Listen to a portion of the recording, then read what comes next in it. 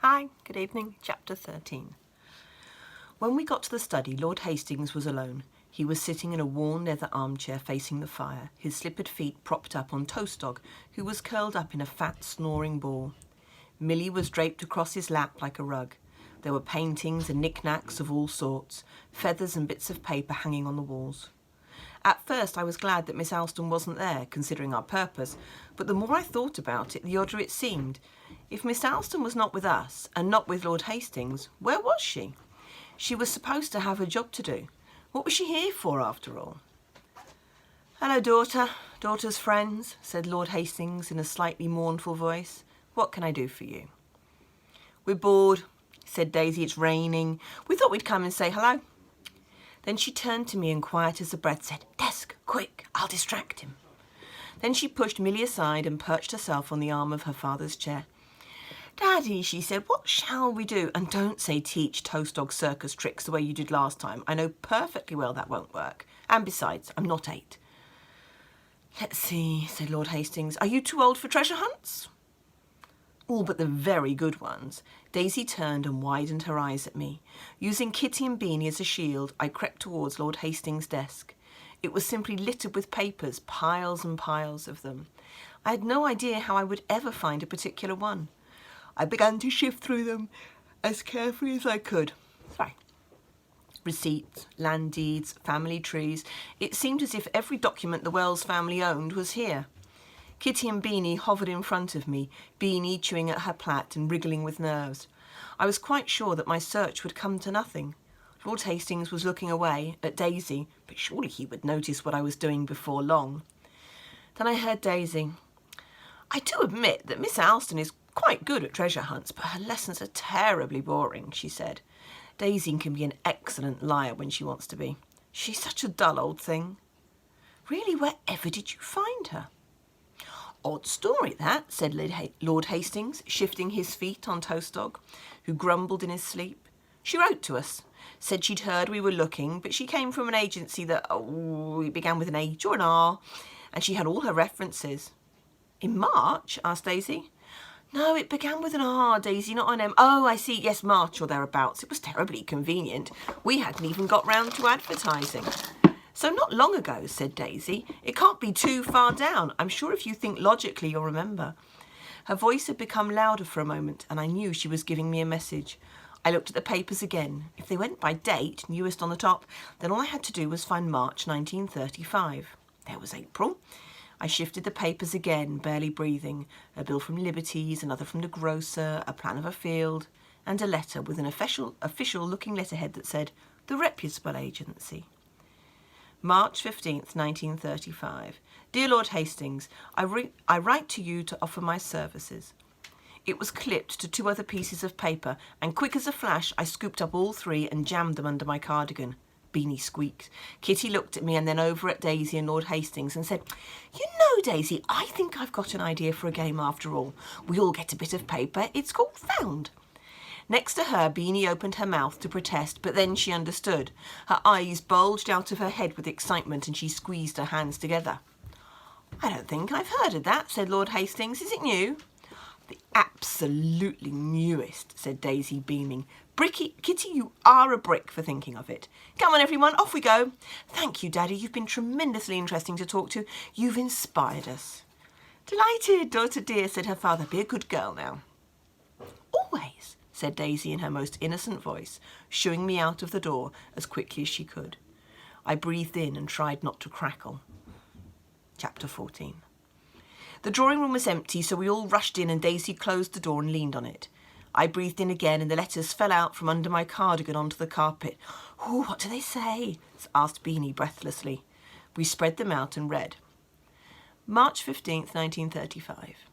"Dear Lord Hastings, I write to you to offer my services as governess to your daughter, the Honourable Daisy Wells.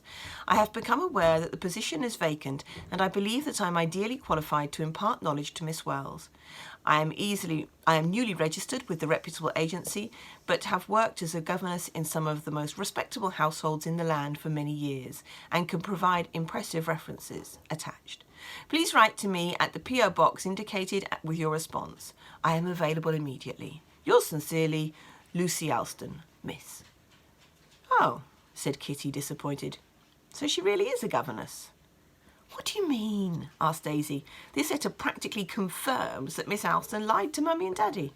First of all, whatever is the reputable agency? Reputable what? It's far too vague to be a real thing. Second, she as good as tells us that she's only just joined it. So what agency was she with before? And why did she leave if she's so qualified and excellent?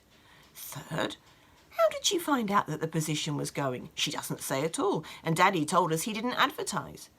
And fourth, she's far too eager. Available immediately. That's deeply suspicious. Now to look at her references. There were two, one written on thick cream paper with a gold letterhead and one typed rather badly on paper with a heavy bluish grain. The first was from Lady Evely and the second from Professor Rog Foxtrotnam. Both were utterly glowing about Miss Alston's qualifications and teaching ability. I would advise you to take her on without delay, wrote Lady Evely. I was advised by my good friend Lord Dutton to hire Miss Alston, and I have not regretted it for an instant, wrote Professor Foxtrotnam. Daisy, I said confused, look, they both use the wrong sort of advise, hissed Daisy, and look at their signatures. They looked quite different at first, but then I saw it. The G of Roger and the G of Evely had the same thick loop with a flick at the end. I sat back on my heels. I think, said Daisy, going pink with excitement, that these two letters were written by the same person. Golly, said Kitty. I could tell that in spite of herself she was impressed. Beanie's eyes had gone rounder than ever. Miss Alston's references were fakes. She was lying, and she was here because of a lie. But why? What did she want with Fallingford, and how are we to find out? What shall we do? Beanie said exactly what I was thinking. I was stumped, but of course nothing ever halts Daisy's mind for long. If she comes up against a problem, she bounds round it and keeps on chasing after the truth. She stared at the three of us, beaming. It's perfectly obvious, she said. We're going to speak to the only other people who have any idea what goes on in this house. Mrs. Docherty and Hetty. Chapter 15. We managed to creep out of the drawing room and across the hall to the kitchens without seeing anyone. The kitchens are lovely. I am quite sure that nothing has changed in them since Queen Victoria was alive, all cold stone and shiny brass, with great wooden racks swinging up above your head that are quite alarming until you realise that they are only for drying things. Mrs. Docherty, the cook, though, makes the place feel warm and full of food.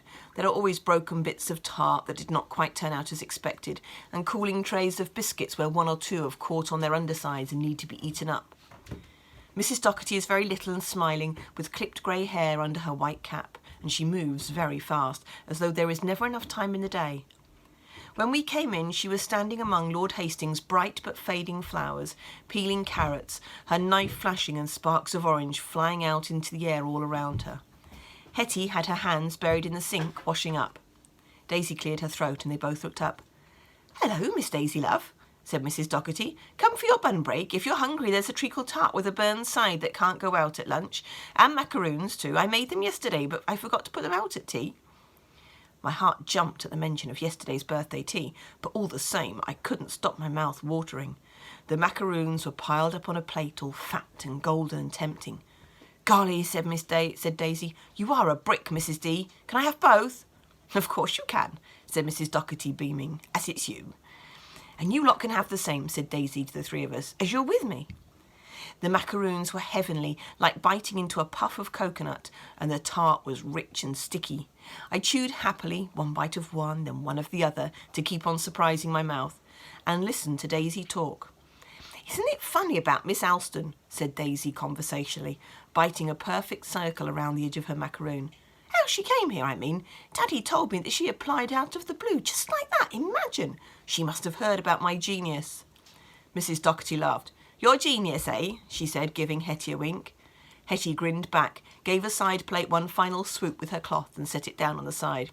"Yes, you're as famous as anything," she said. "You ought to watch out. You'll have the king here for you next." I smiled to myself. There is part of Daisy that does think that one day she will have the king congratulating her. "Mind you, Miss Alston is a bit odd," Hetty went on. "Mrs. D and I were only talking about it only the other day.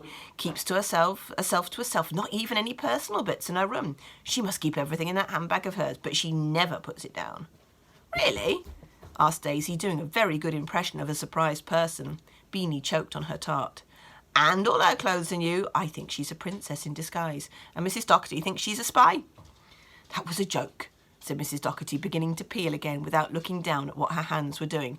But she is a funny one. When I tried to speak to her about Mr. Curtis, she shut up like a clam. And she's been even more odd since what happened, said Hetty, glancing at Kitty and Beanie. She keeps popping up everywhere. I think I was imagining, but Mrs. D's noticed it too. This weekend, said Mrs. Doherty. Miss A lurking about all over the house, your aunt making the teaspoons go missing, your brother playing that dreadful instrument at all hours, and that poor sweet penniless friend of his with no good clothes to his name. Hetty's been darning his socks in secret. And now a dead body in one of the guest rooms. Hetty can't get in to clean. Infuriating. Your uncle won't even let us into the dining room to clear the tea. I can only imagine what nasty things are happening to all those cakes left without a covering. We shall have more rats than ever. Kitty was listening with eyes wide and mouth in a greedy O. This was a perfect heaven of gossip for her.